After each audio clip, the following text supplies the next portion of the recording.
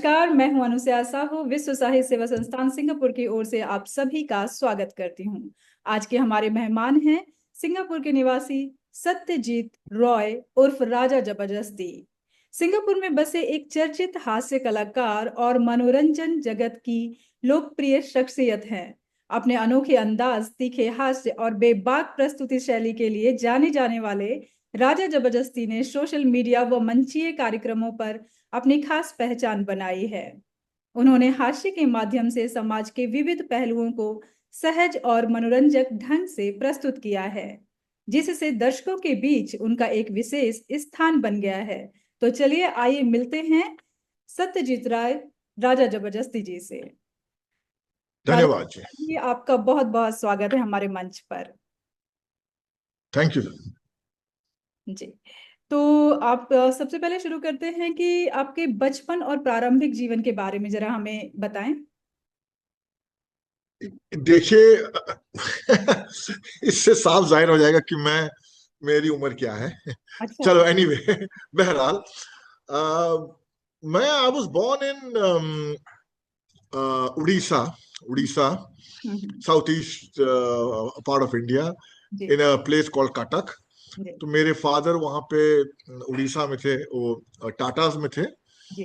तो बचपन, एजुकेशन वगैरह सब तो वहीं पे हुआ है, हम्म उड़ीसा में हुआ है। हम्म और फिर वहीं से, और फिर 88 में मैं आ गया दिल्ली, हम्म।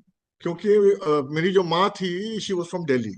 ओके। तो बाकी फर्दर एजुकेशन और कैरियर के सिलसिले में तो दिल्ली आया मैं 88 में। 88 से लेके 96 में था मैं, हम्म अबाउट 8 इयर्स। हम्म अलग अलग अलग अलग कंपनीज में जॉब किया। फिर कुछ एक कंज्यूमर इलेक्ट्रॉनिक्स में उन दिनों कंपनी होती थी बीपीएल के नाम से, बीपीएल जी जी जी।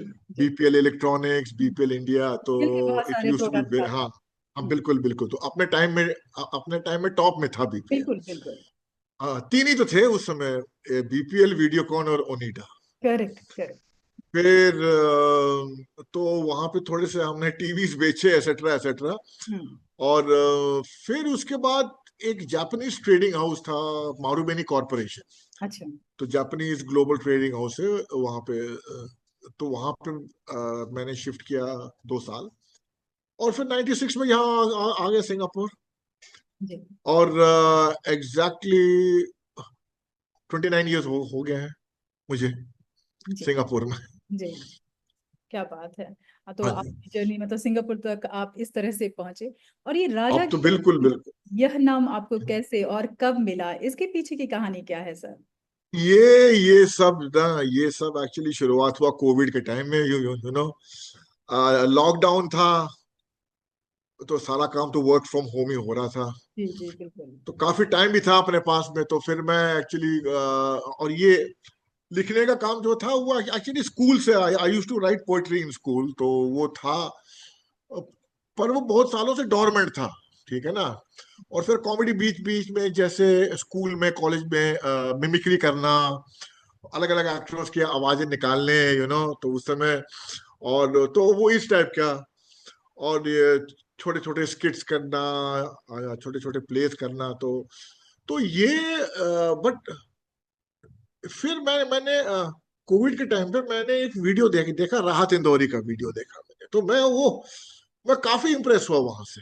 तो मेरे को लगा कि सब राहत साहब इतना अच्छा बोल रहे हैं, और जिस अंदाज से बोल रहे हैं और इतना ब्यूटीफुल लिख रहे हैं। तो फिर then I also started writing. Hmm of course मेरा तो क्या क्या है कि हमारी ना एक तो मदर टंग जो है हमारा, ऑफ कोर्स मेरे डैड उड़ीसा के हैं।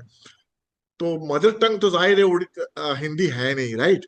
हम्म और प्लस बचपन से इंग्लिश मीडियम स्कूल में पढ़े हैं, आईसीएसई।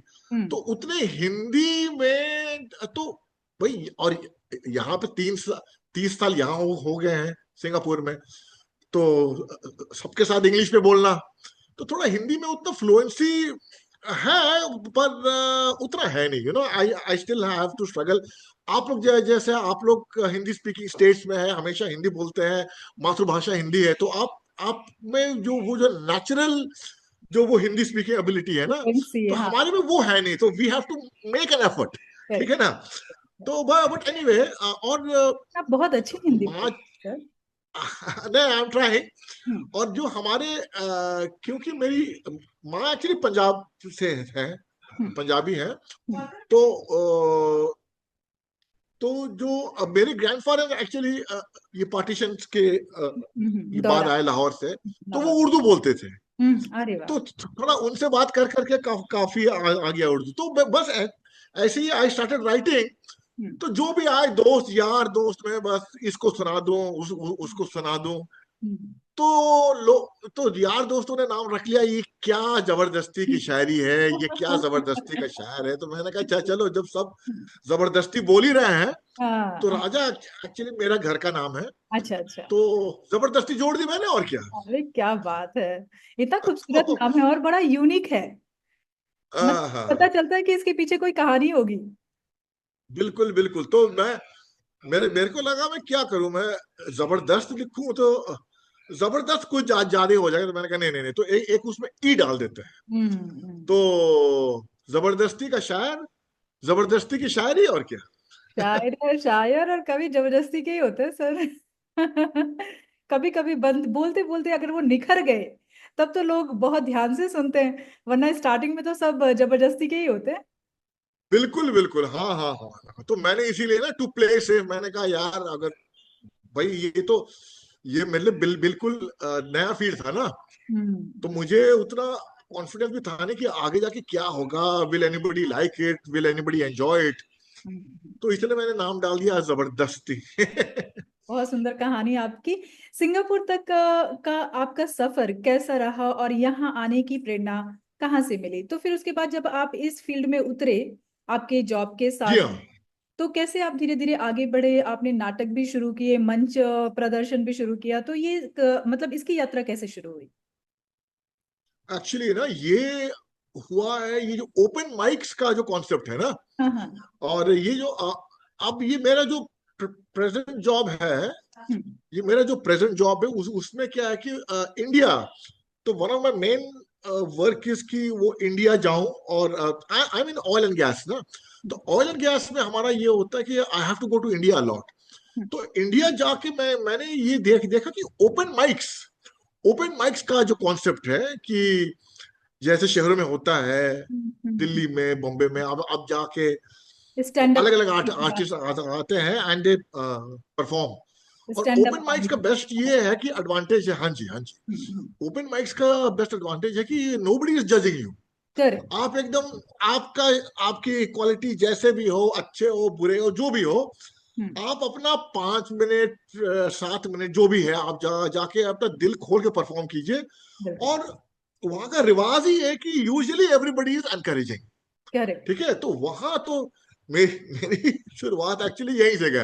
हम्म। तो मैं एक उन दिनों एक 2 लाइन हमेशा बोलता था मैं कि मरा वरा नहीं वो, हाँ जरा शर्मिंदा है, हाँ मेरे अंदर का रावण अभी जिंदा है। हाँ। तो ओके। फिर मैं देखा लोगों का रेस्पॉन्स देखा, तो हाँ अच्छा मिल रहा है, एवरीबडी इज एंजॉयिंग इट। तो फिर धीरे धीरे वो कॉन्फिडेंस आने लगा। आप तो ये था कि अंदाज वेन एवर होता आई है, गो। आप शब्दों में जोर डालते हैं, आपकी जो आवाज है ना वो शब्दों को बहुत अच्छी तरीके से फेंकती है बाहर कि लोगों के कान तक पहुंच थैंक जाती यू, है थैंक और यू, वो समझ जाते थैंक यू सो हैं। Much, thank you so much. ये ना ये मेरी तो ये थोड़ी बहुत, हम जब स्कूल कॉलेज में थे तो थोड़े से प्लेस करते थे। और प्लस मेरी जो ये सेल्स और मार्केटिंग का जो बैकग्राउंड है ना, अरे तो उसमें बहुत तो इंपॉर्टेंट है हमें। जब पक्का तक करते हैं। कंज्यूमर समझेगा नहीं कि मैं बोल क्या रहा हूं, तो इट्स पॉइंटलेस ना। तो एग्जैक्ट। उनको समझा समझा के प्रेजेंटेशन में प्रैक्टिस कर करके तो थोड़ा वो वो यहाँ भी आ गया। जी। तो मैंने सुना है इम्पोर्टेंट ऐसा। थिंग इम्पोर्टेंट थिंग है, आप जो भी बोलिए, important thing is the communication ना। बिल्कुल बिल्कुल बिल्कुल, कला है ये एक तरह की। तो आपके बोलने की बिल्कुल कला बिल्कुल। तो बहुत ही प्रभावशाली है ही, लेकिन ये अभिनय में पार्ट लेना, मैंने सुना है यहाँ पर सिंगापुर का अमिताभ बच्चन कहा जाता है आपको, तो ये अभिनय ये की किसने, शुरुआत ये कैसे? है, ये मेरे दोस्त विनोद जो है ना, ये मेरे दोस्त विनोद दुबे जो है, वो जो अपने आप में he is a very very established writer and a play right. वो तो उनकी श्रद्धा है जो मेरे को ये जहां पे मैं रहता हूँ ना, मेरे कॉन्डो में, हम्म, मेरे को वो कॉन्डो का अमिताभ बच्चन बोलता है ये अच्छा तो अच्छा। विनोद भाई थैंक्स अ लॉट। ओके। तो ना I like to do place ना। अब क्या है कि बीच में हर सबको सबका हक होता है कि वो 5 मिनट्स ऑफ फेम उसको भी मिले। तो ऐसे ही है। और फिर ओपन माइक से मैं किया, तो when ever I am in India weekends में, हम्म, अगर मैं बॉम्बे में हूँ या दिल्ली में हूँ, तो वीकेंड्स में I I make it a point कि मैं अलग अलग जगह जाऊं और ओपन माइक्स पे क्या बात है। पार्ट लूं। क्या बात। तो फिर यहाँ पे भी, जब यहाँ पे सिंगापुर में यहाँ की स्टैंड अप कॉमेडियन है शाहरुल चन्ना, हम्म। तो उन्होंने ये ओपन माइक, उनका उनका है, उनका प्लेटफॉर्म है शोर के नाम से। तो जब उन्होंने स्टार्ट किया, ये करीब मेरे ख्याल से 3-4 साल पहले उन्होंने शुरू किया शोर द ओपन माइक। वही है, कॉमेडी ठीक प्लस पोइट्री प्लस ठीक। वो शेर व शायरी। तो वहीं से उनके साथ भी यहाँ पे हम जुड़े हुए हैं। तो धीरे धीरे ऐसा स्टार्ट हुआ, और क्या सिलसिला, और क्या। क्या बात है। तो अभिनय की बात मैं कर रही थी, तो एक दो डायलॉग आपके हो जाएं जो आपने अब कोई ऐसा रोल प्ले किया हो जो बहुत मेमोरेबल हो, यादगार हो। वैसे तो बहुत किए हैं ये, हमारे हर साल यहाँ पे हमारे कॉन्डो में दिवाली का ये होता है। हम्म, तो कभी डॉन, कभी गब्बर, कभी ये वो। तो अभी एक जो आप जो मेरे को याद है कि अभी अभी जन्माष्टमी का प्ले आ रहा है अभी, ये 16 को। हम्म, तो जन्माष्टमी का प्ले में हम लोग को we are doing something on Abhimanyu, Abhimanyu का चक्रव्यूह। हम्म, उसके बारे में हमारा प्ले है। तो मेरा एक छोटा सा रोल है, विनोद जी ने मेरे को दिया हुआ है। तो मैं अभिमन्यु का तो मैं इनका कौरवों का मामा हूं, मैं शकुनी मामा। क्या बात है। जी। तो शकुनी मामा का पता नहीं उन्होंने मेरे में क्या देख लिया, तो उन्होंने कहा कि यार तुम शकुन के लिए तुम बिल्कुल ही फिट हो, ठीक हम्म। है ना। तो शकुनी का वो है कि वो कहता है कि भांजे हाँ। चिंता न कर, तेरा शकुनी मामा अभी जिंदा है, और कब कहाँ किसे इस्तेमाल करना है ये मैं अच्छी तरह जानता वाह। हूँ। बहुत खूबसूरत। ये इस टाइप का। उसके हाथ में वो होते हैं ना, हम्म। वो जो मोहरे होते हैं एक उसके हाथ पाशे। में। पाशे। आ, हाँ, हाँ। पास है। हम्म। तो वो हमेशा ऐसे ऐसे करता रहता है, बस यही है। शकुनी जो किरदार है महाभारत का, अगर कहा जाए तो सब कुछ करा धरा उन्हीं का है। वही तो है ना। उन्होंने प्रण लिया था, जब जब उन्होंने देखा था कि उनकी बहन वही है, शादी। वही बहन का चक्कर है। उनकी बहन ने जब धृतराष्ट्र से शादी किया, हम्म, और वो पट्टी ब्लाइंड बांध। थे। हाँ। और जब उनको पता पता चला कि भाई वो असली असली राजा तो वो नहीं होंगे, even though he is the eldest, तो हम्म। होंगे तो पांडु ही। हम्म। तो he felt cheated, he felt betrayed, he felt cheated. तो उन्होंने कहा करेक्ट। कि अब कुरु वंश का नाश मेरे मेरे हाथों ही होगा। बिल्कुल तो बिल्कुल। फिर वो गांधार से यहाँ आ गया बस अपना। बिल्कुल सही बात है, और उनको वही चीटिंग लगा कि ये इनके लिए क्यों लेकर आए, मेरी बहन के लिए रिश्ता। बिल्कुल बिल्कुल बिल्कुल। जी।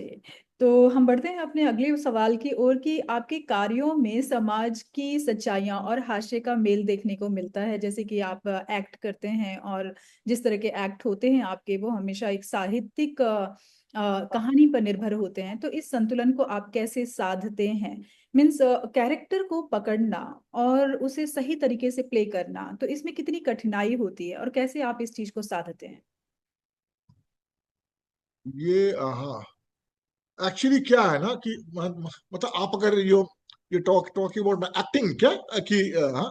एक्टिंग अभी। हाँ, तो हाँ जी, हाँ जी। अभी अभिनय में क्या है कि एक तो थोड़ा बहुत, जैसे मैंने कहा था कि थोड़ा बहुत तो प्रैक्टिस तो था ही स्कूल कॉलेज में, ठीक हम्म, है। हम्म, अच्छा, फिर उसमें एक और होना चाहिए कि आपको एक अंदर से इंटरेस्ट भी होना चाहिए। रुचि होनी हाँ, चाहिए। अंदर से एक इंटरेस्ट भी होना चाहिए कि भैया जब ये लोग लोग देख रहे हैं, मेरे को इतने लोग देख रहे हैं, हम्म। तो I will have to do something ना, कि वो करेक्ट। ताकि वो इंटरेस्टेड रहे, और वो वो यादगार बन और जाए वो उनका कैरेक्टर। Absolutely absolutely. तो मैं वो सब अपने ध्यान में रख के, हम्म, और मैं थोड़ा अपना होमवर्क भी आई आई डू कि अगर कोई फॉर एग्जांपल जैसे ये शकुनी का डायलॉग। ले लो, अगर ये शकुनी का कैरेक्टर है तो थोड़ा मैं जाके इंटरनेट में थोड़ा मैं सर्च रिसर्च करता कि हूँ वो उससे। कैसे हाँ, एक्ट कर वो रहे हैं, देखने में कैसे कैसे बोल थे, रहे हैं। हम्म। लंगड़े थे वो, हम्म। तो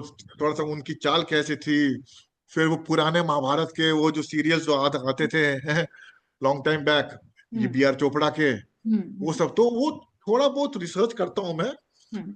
और थोड़ा बहुत स्टडी भी करता हूँ उसके बारे में, ताकि वो जो भी कोई कैरेक्टर हो, हम्म। जो भी कोई कैरेक्टर जो मैं अप्लाई कर रहा हूँ, उसका थोड़ा आइडिया आ जाए। हाँ, उसके साथ न्याय हो सके, ताकि लोगों को बिल्कुल ये ना बिल्कुल। लगे कि मतलब हाँ ये हाँ हाँ हाँ, तो प्रेजेंटेशन। इरेस्पेक्टिव की बड़ा रोल हो छोटा रोल हो, बिल्कुल। तो एक बार, हाँ, तो एक बार मैं यहाँ पे, मेरे ख्याल में 3-4 साल पहले यहाँ हमारे यहाँ पे कॉन्डो में ड्रामा हुआ था, तो मैं कृष्ण का रोल रोल अच्छा। दिया था उन्होंने, हाँ हाँ। कृष्ण का। तो वो एक्चुअली वो धीरे धीरे बोलना, और काफी लंबे डायलॉग्स थे, हाँ हाँ। और वो जरा सा हिंदी भी, हम्म।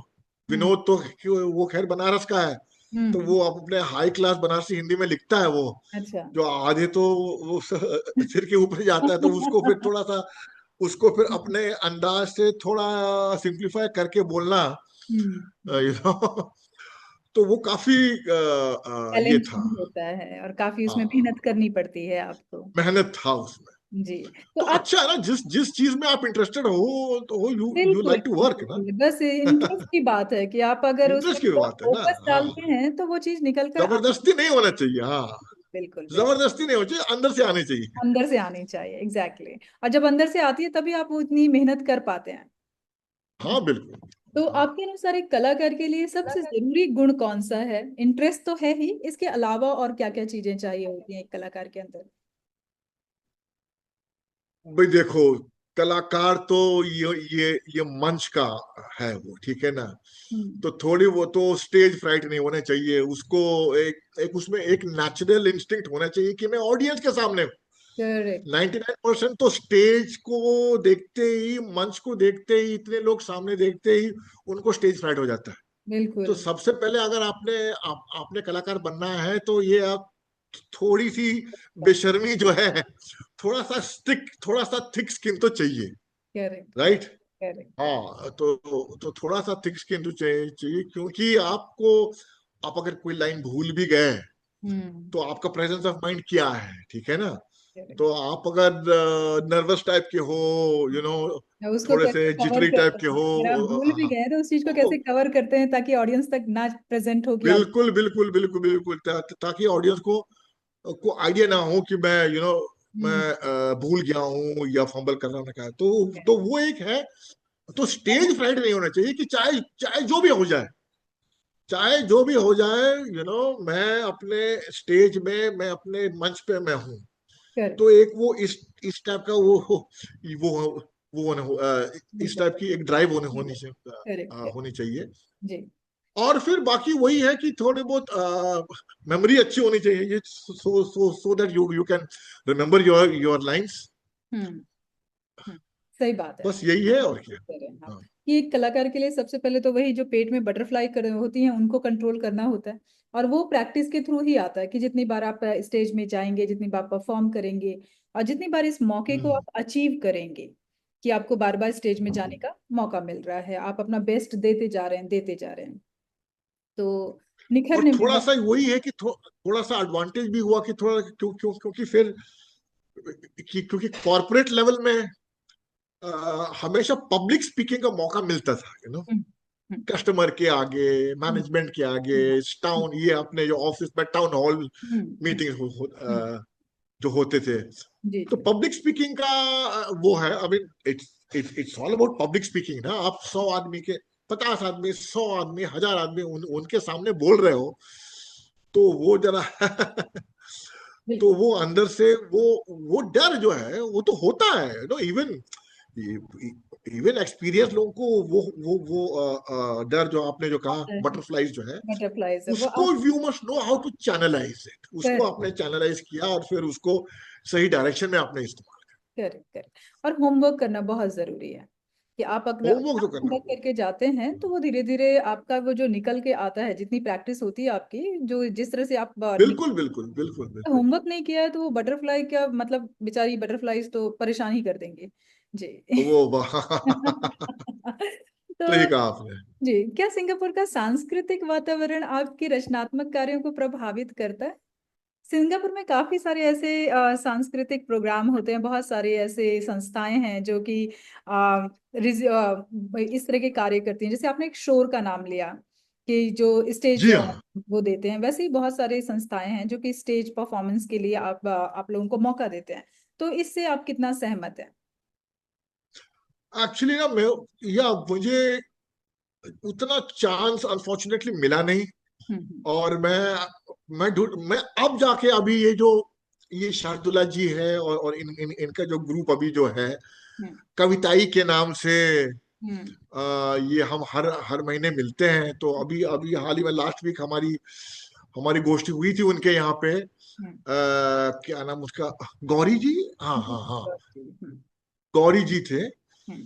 तो वो वो प्लेस क्या करते हैं, वो उन्होंने अभी अभी हाल ही में कुछ रविंद्रनाथ ठाकुर का एक प्ले था, जी, चारुलता, चारुलता। वो उन्होंने किया था। तो उनसे अभी इंट्रोडक्शन हुआ मेरा। तो उन्होंने कहा, तो फिर अब बीच में एक दो बार मैं गया भी हूँ देखने के लिए।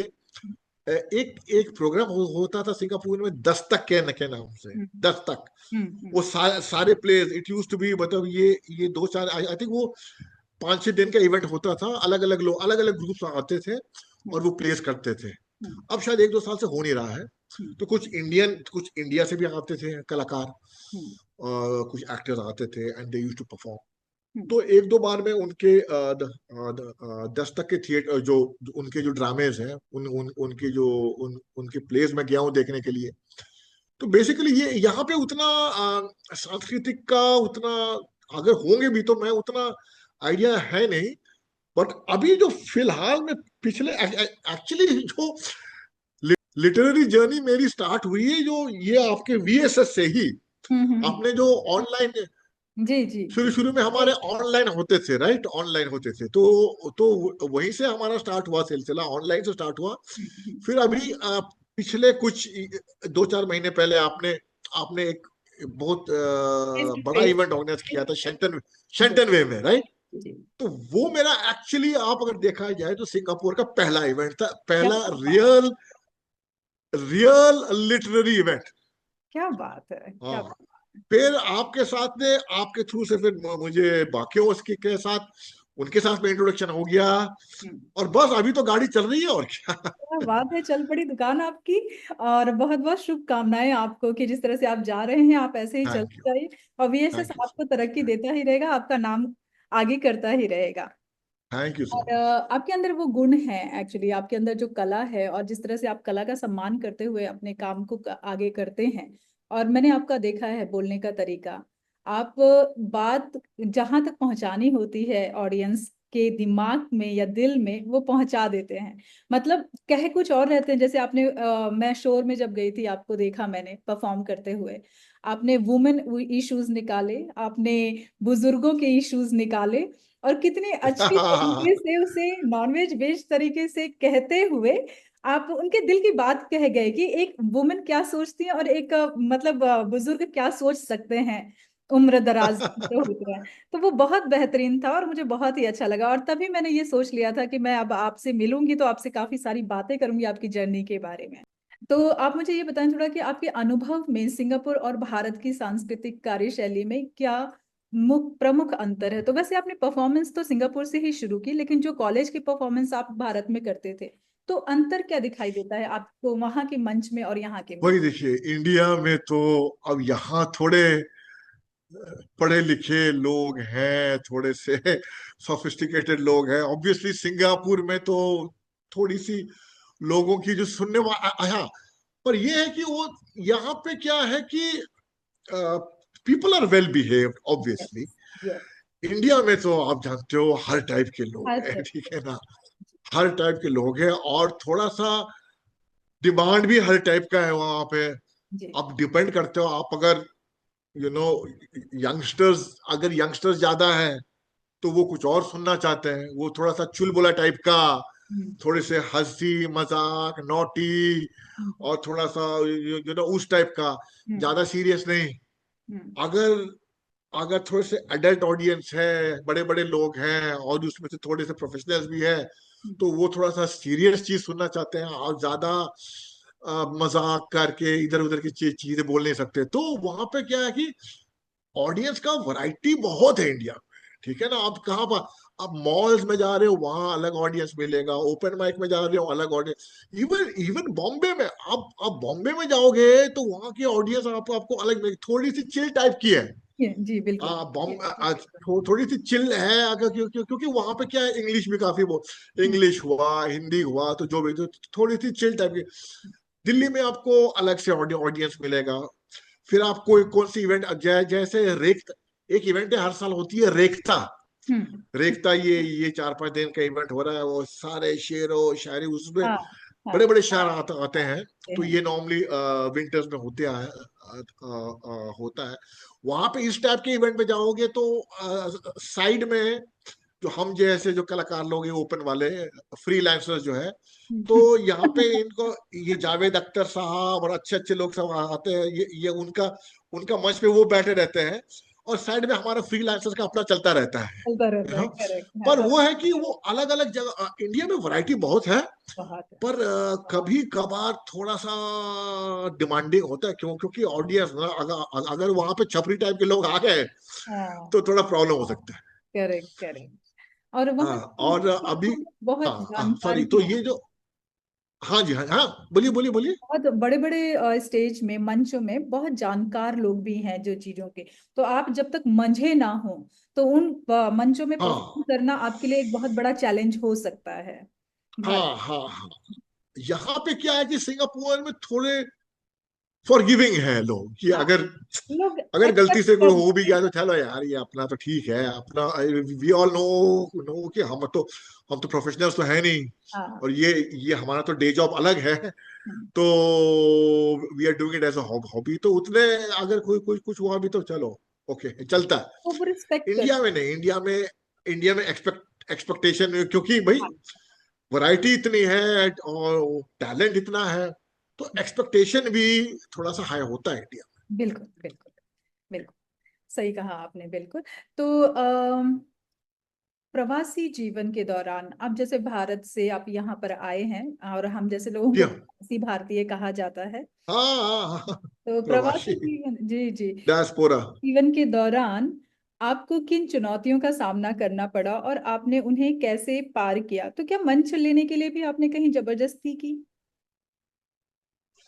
जबरदस्ती तो, थैंक गॉड, जबरदस्ती तो नहीं करना पड़ा हाँ, मुझे, क्योंकि यहाँ पे क्या था कि अगर आप ठीक से, भाई यहाँ पे क्या होता है ना कि you must no the right type of people, okay.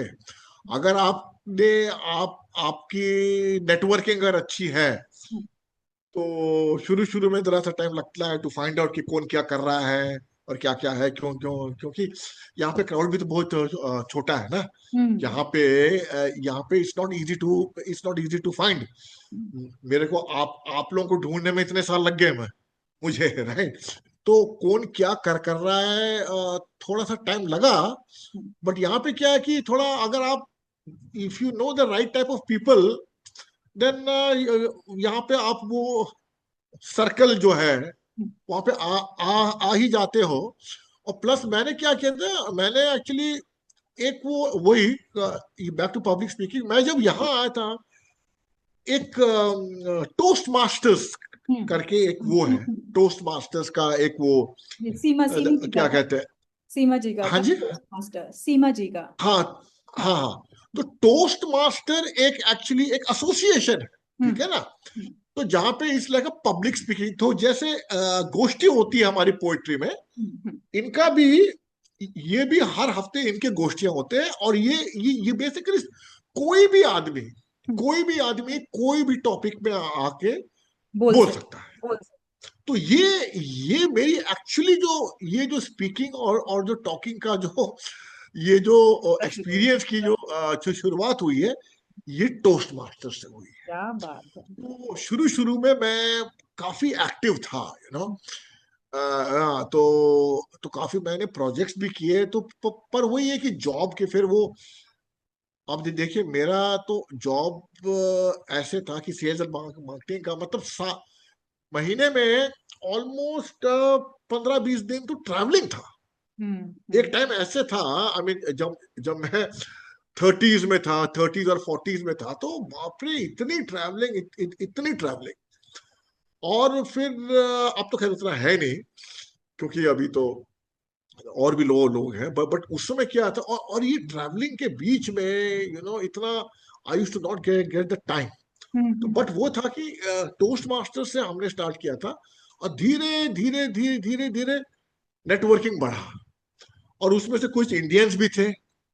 तो फिर वो इंडियंस के साथ में उनसे राब्ता हुआ, उनसे इंट्रोडक्शन हुआ, तो फिर उन्होंने कहा कि भैया ये, तो फिर अलग अलग लोगों से ये हुआ, फिर धीरे उन्होंने कहा धीरे कि धीरे सर्कल बढ़ता हमारे, चला गया जी। एब्सोल्युटली काम एब्सोल्युटली, बढ़ती। तो सर्कल वैसे एक्सपैंड हो गया, और क्या। क्या बात है। बट वैसे कोई प्रॉब्लम नहीं हुआ, ये नहीं कि मैं इंडियन हूं और मेरी बैकग्राउंड की, मेरे रेस की वजह से, कि बैकग्राउंड की वजह से I have not faced Singapore any. में ऐसा है नहीं, अगर आपके अंदर प्रतिभा है तो आप अपने आप ऊपर आ ही जा। बिल्कुल बिल्कुल, यहाँ उस टाइप का नहीं है, जी, यहाँ पे उस और टाइप क्या का है नहीं कि है ये। आपकी रुचि आप। लोग बोलते हैं, हाँ।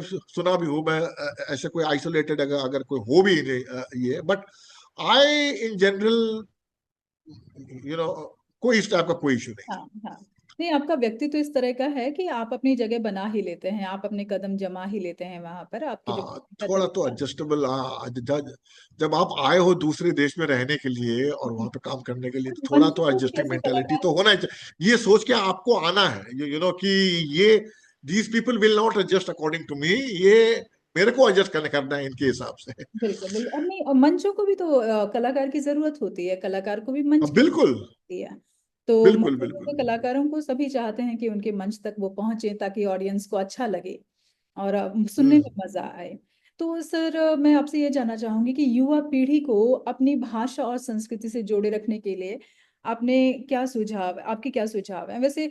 अब मैं थोड़ा सा जानना चाहूंगी कि आप क्या देखते हैं जैसे सिंगापुर में कि युवा पीढ़ी, मतलब जो यंगेस्टर हैं यहाँ के, क्या वो इन चीजों पर आ रहे हैं, इंटरेस्ट दे रहे हैं।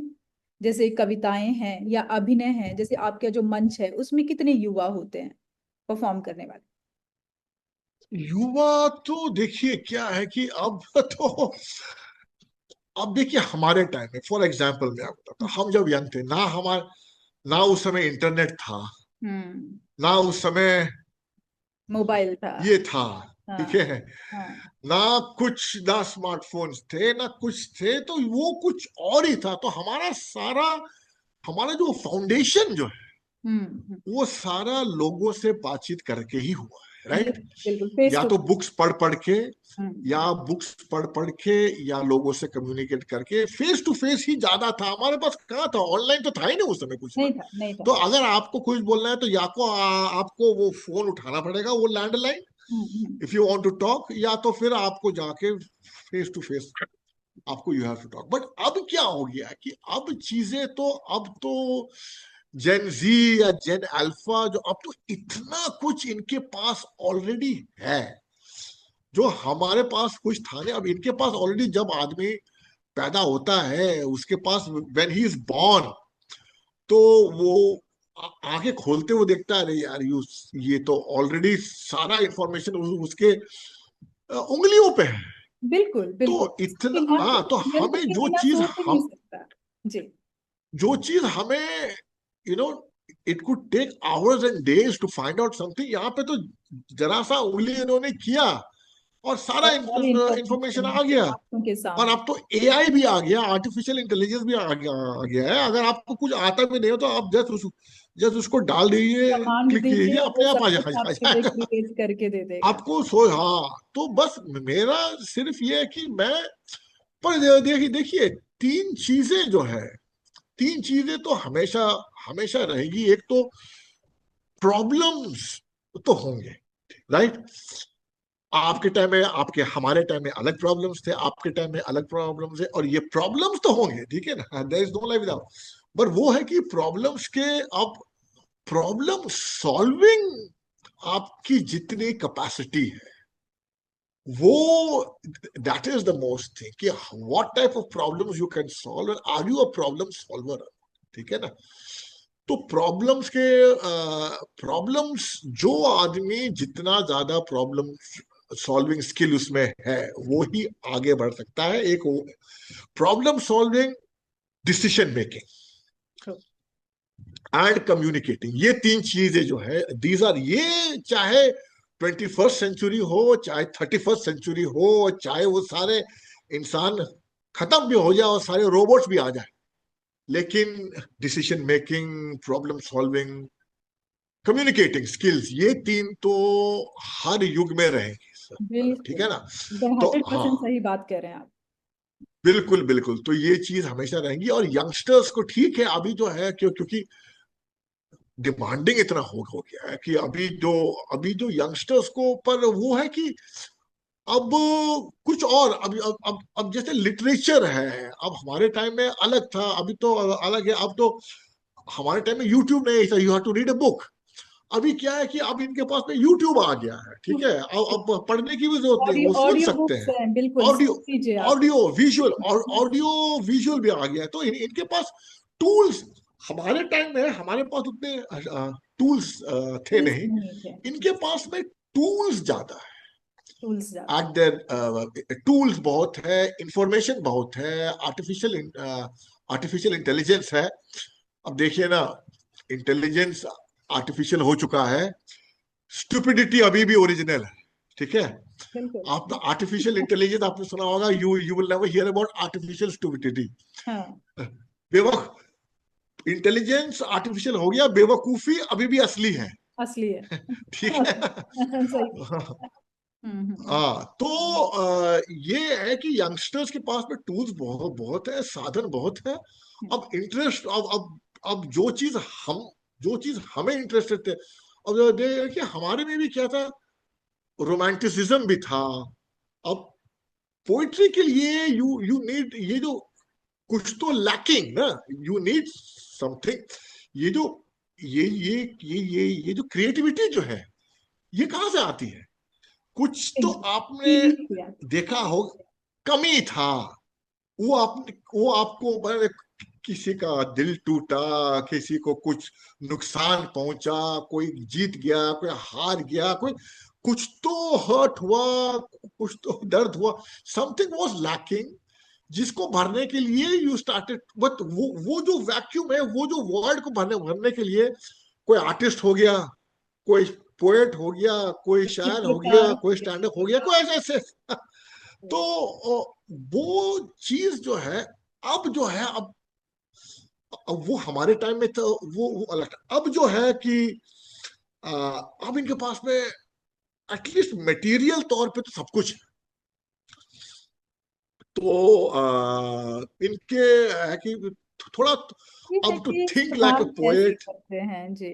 हाँ हाँ हाँ, इस्तेमाल जी जी कैसे हाँ। करते हैं, इनके पास टूल्स हैं, इस्तेमाल कैसे कर, इस्तेमाल कैसे। टूल्स हैं, या टूल्स हैं, और वो कैसे इस्तेमाल करते हैं। और अ, पर ये है कि थोड़ा इजी भी हो गया। अब हमारे टाइम में अगर देखिए ना, हमारे टाइम में कैरियर चॉइसेस क्या थे? हमारे टाइम में तो या तो डॉक्टर, या तो इंजीनियर, या तो बस वो दो तीन चीजें ही थे। ठीक है ना। Specially if you are a boy, if you are a boy, अगर आप जाके अपने इंजीनियर फादर को बन बोले, सर गए। मैं तो फिलोसफर बनूंगा, राइटर बनूंगा, ये बनूंगा, तो थोड़ा वो अभी क्या है कि बस अभी तो चलो, ये अच्छा है कि अभी स्काई इज द लिमिट।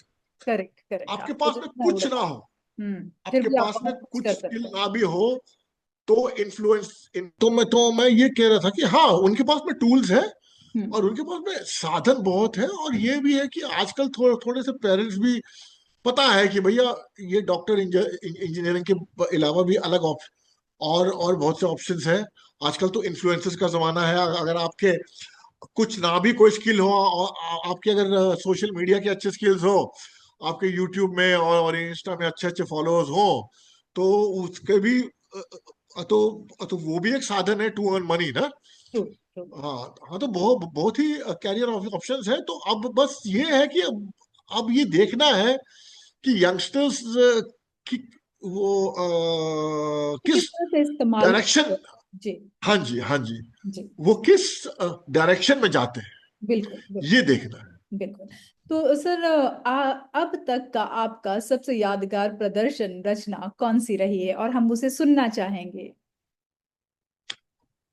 वो थोड़ा थोड़ा वो है वो बैंकॉक बुजुर्गों वाला। बुजुर्गों वाला था, वो मुझे बहुत अच्छा लगा था। अगर आपको अभी याद हो तो बता सकते हैं कि बुजुर्गों की हाँ, समस्या।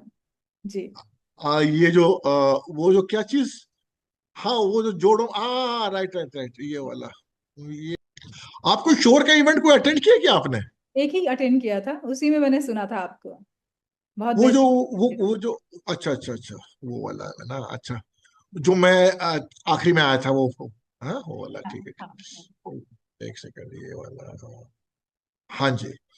हाँ तो ये मैंने ना एक हाँ, तो थाईलैंड, एक मेरा दोस्त है, वो रहता है बैंकॉक में रहता है, तो उसने कहा कि भैया इंडियंस को, वो इसमें था, वो he does some work for tourism, hmm. तो उसने बोला यार ऐसे कुछ ऐसा लिख कि थाईलैंड में बैठ के हम इंडियंस को इनवाइट कर सके कि भैया आ जाओ बैंकॉक, आ जाओ मसाज कराने के लिए, ठीक है ना। तो उसको लेके मैंने एक एक लिखा था, वही मैं जो जितना उतना भी याद है मैं, ठीक है, कि जाती हुई जवानी का इलाज कराने,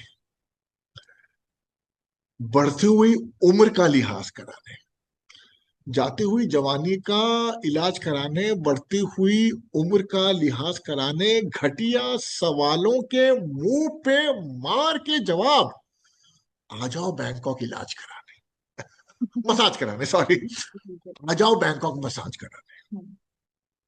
मालिशों का यहाँ है एक पूरा गुलदस्ता, मालिशों का यहाँ है एक पूरा गुलदस्ता, गोवा से अच्छा गुड़गांव से सस्ता। फिर वो अलग अलग टाइप के मालिशें हैं, साबुन वाली, कोहनी वाली, साबुन वाली, कोहली वाली, तेल वाली, झाग वाली, भूल जाओगे वो रशियन करोल बाग वाली। जी जी जी। हीरा मंडी नहीं जाते अब ये राज घराने, हीरा मंडी नहीं जाते अब ये राज घराने, आ जाओ बैंकॉक मसाज कराने। तो ये so on and so fourth, ये चलता रहा ये। और कोई तो आपकी ओपन बेहतरीन, माइक्स में, हाँ जी हाँ जी, जो आपकी बहुत बेहतरीन हो, आप कोई सुनाना चाहें अभी? हाँ हाँ, अभी अभी एक और मैं सुनाता हूँ आपको। हम्म। एक तरफा प्यार, हम्म। नहीं नहीं नहीं नहीं, एक तरफा प्यार नहीं करता, एक वो आपको मैं सुनाता हूँ। हाँ ठीक है। स्वर्ग नरक पाताल चला लो, स्वर्ग नरक पाताल चला लो, यहाँ वहां ऐसो वैसों से, वहां की दाल यहाँ नहीं गलती, दुनिया चलती है पैसों से, वहां की दाल यहाँ नहीं गलती, दुनिया चलती है पैसों से, रिश्तों का खेल हमने भी खेला,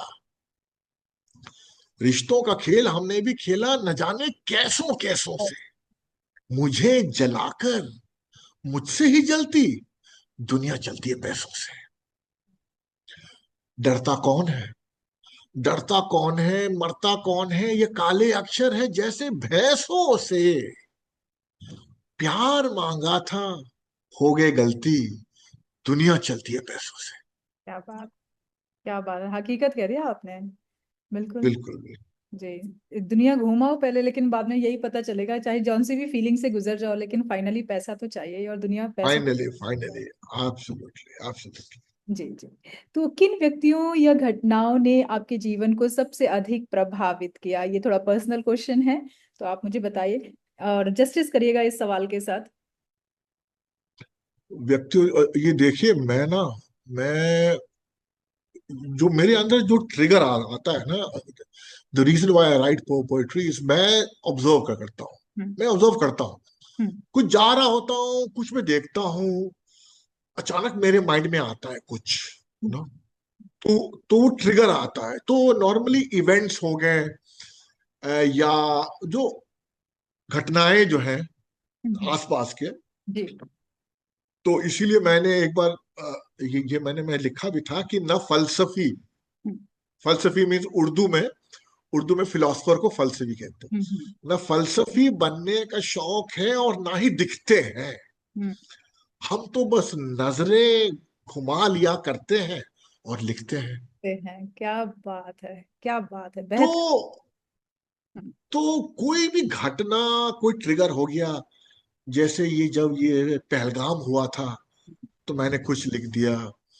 ये ऑपरेशन सिंदूर हुआ था तो मैंने कुछ लिख दिया। फिर दशहरे में लिख दिया मैं, ये जो रावण वाला जो है ये क्योंकि मेरी वाइफ जो है she is from Darjeeling side, she is Nepalese. तो नेपलीज में दशहरा उनका मेन फेस्टिवल होता है, दशहरा। तो ऐसे ही जब उन्होंने बुलाया था तो उन्होंने कहा कि कुछ बोलिए रावण के बारे में। हम्म। तो वैसे तो रावण का दह है ऊपर, बट मैं फिर उसको मैं अंदर का रावण करके। तो वही है कि वो अलग अलग इवेंट से मैं इंस्पायर होता हूँ hmm. And they trigger something inside. अब जैसे तो लास्ट ईयर कुछ, पहलगाम के बारे में आपने कैसा लिखा था, थोड़ा सा दो लाइनें। पहलगाम के बारे में, अरे बाप रे, पहलगाम ने ये लिखा था कि दिल से उतर गए हो, नजरों से उतार नहीं सकते। हम लाश हैं, तुम हमें और मार नहीं सकते। अपनों की बहुत याद आ रही है आजकल, माफ करना तुम हमको करना तुमको हम पुकार नहीं सकते।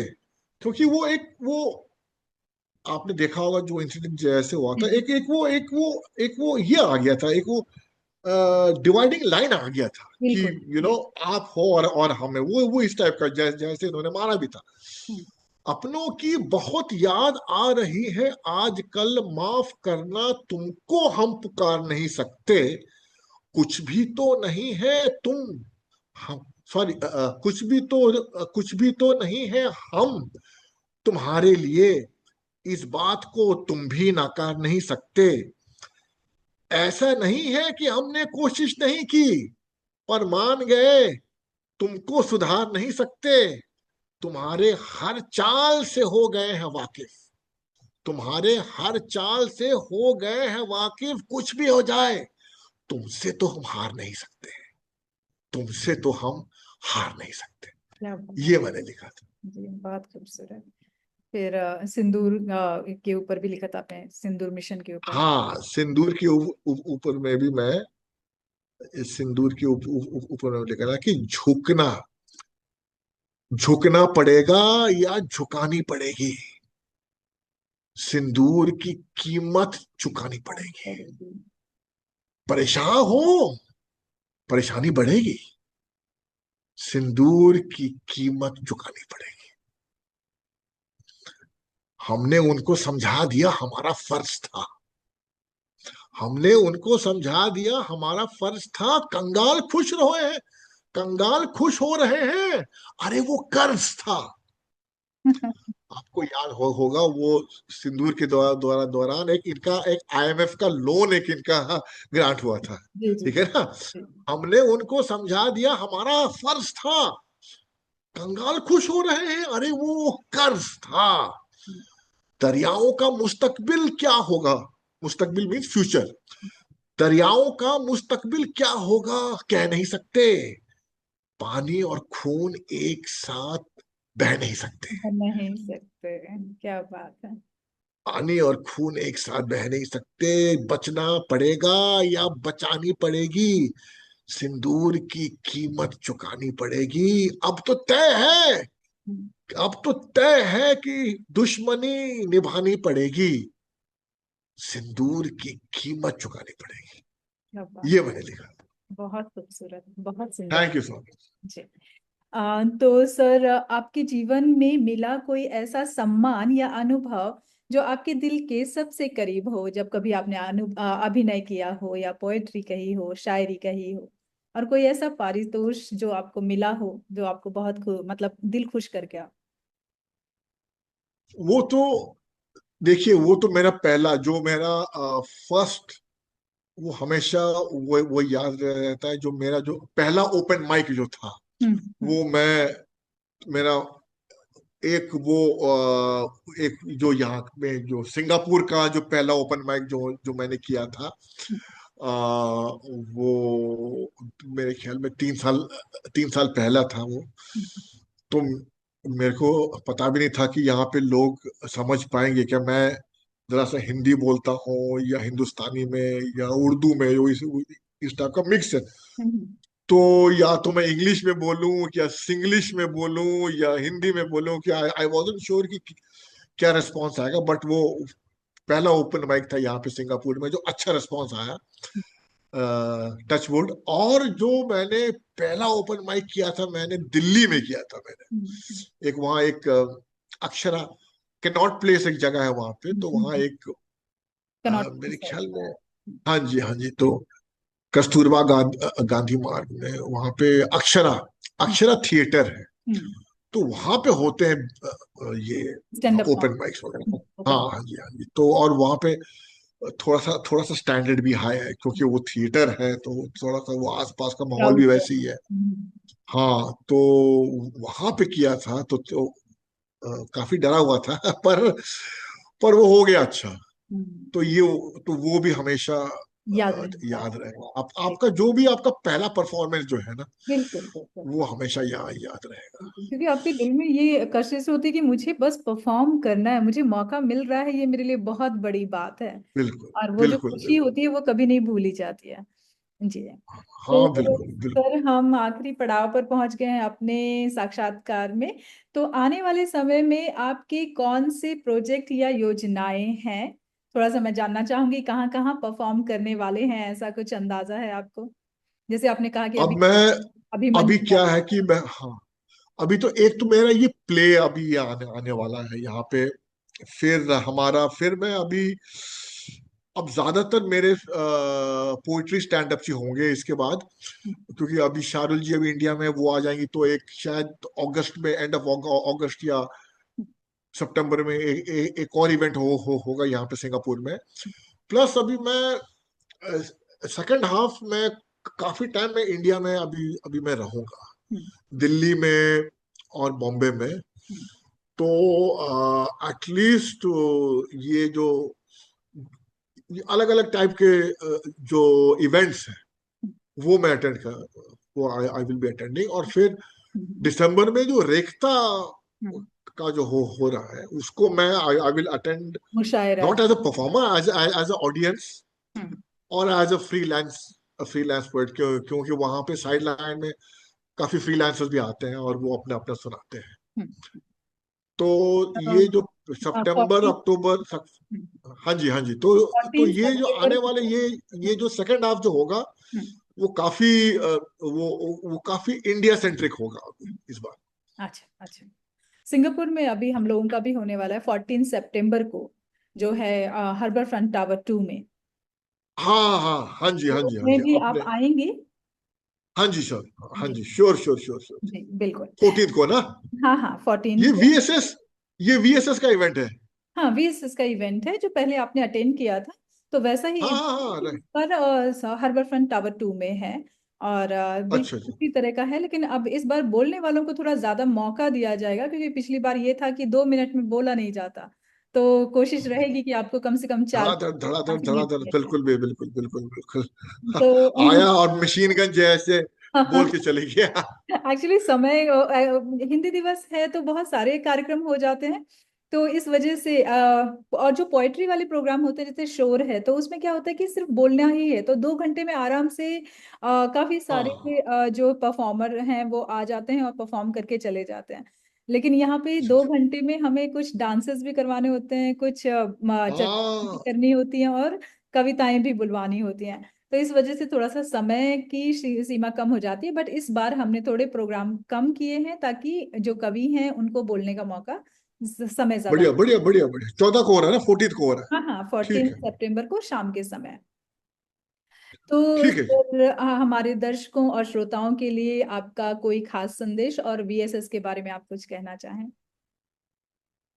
ये मैं तो वीएसएस का बहुत ही आभारी हूँ कि मैं जब जब मेरे पास कुछ यहाँ पे था नहीं, कोई प्लेटफॉर्म, हम्म, तो मुझे फिर उस समय वीएसएस मिला। क्या बात है। और ये मेरे कुछ दोस्त है यहाँ यहाँ पे, जैसे शांति प्रकाश जी, वो ईशान, हम्म, वो शांति जी भी इधर ही रहते हैं, पड़ोस में रहते हैं, तो हम सब एक ही, हम्म, विनोद विनोद शांति और मैं, हम एक ही कॉन्डो में हैं। हम्म, फिर तो उन्होंने, उनके थ्रू से वीएसएस का इंट्रोडक्शन हुआ।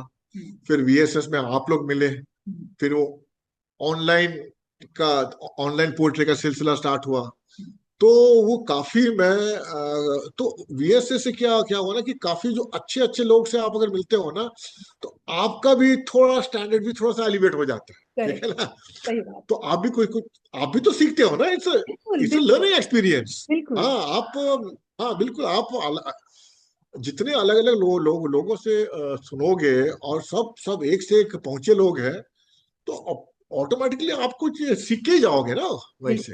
बिल्कुल। तो और आपके वीएसएस का अंदर काम ये काम है बहुत। जिज्ञासा जागती है कि आपको अगर इनके बीच में रहना है तो हमें थोड़ा अपने आप को अपग्रेड करना पड़ेगा। अपग्रेड करना पड़ेगा, बिल्कुल बिल्कुल। तो वो चीज जो है, वो चीज मेरे को वीएसएस से मिला।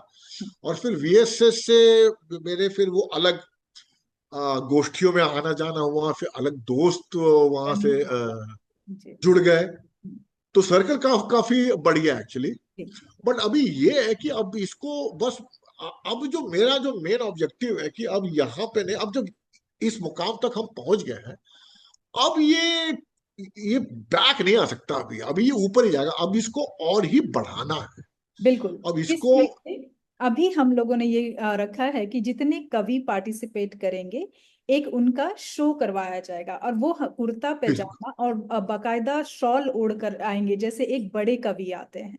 तो उनकी बिल्कुल एंट्री जो है वो थोड़ी सी हम रॉयल करवाएंगे ताकि उनको एक अच्छा बिल्कुल। मंच और एक रिस्पेक्टिव प्लेटफॉर्म मिल सके और परफॉर्म करने के प्रोग्राम की मार्केटिंग भी उसी टाइप की होगी, कि ये कोई कवि सम्मेलन है लिए। या कोई मुशायरा है, उस टाइप का। जी जी वो बिल्कुल। ताकि, हाँ हाँ, वो ताकि वो स्पेसिफिक, ताकि लोगों को पता चले हम्म। कि इस टाइप की इवेंट्स भी हो रहे हैं बिल्कुल सिंगापुर।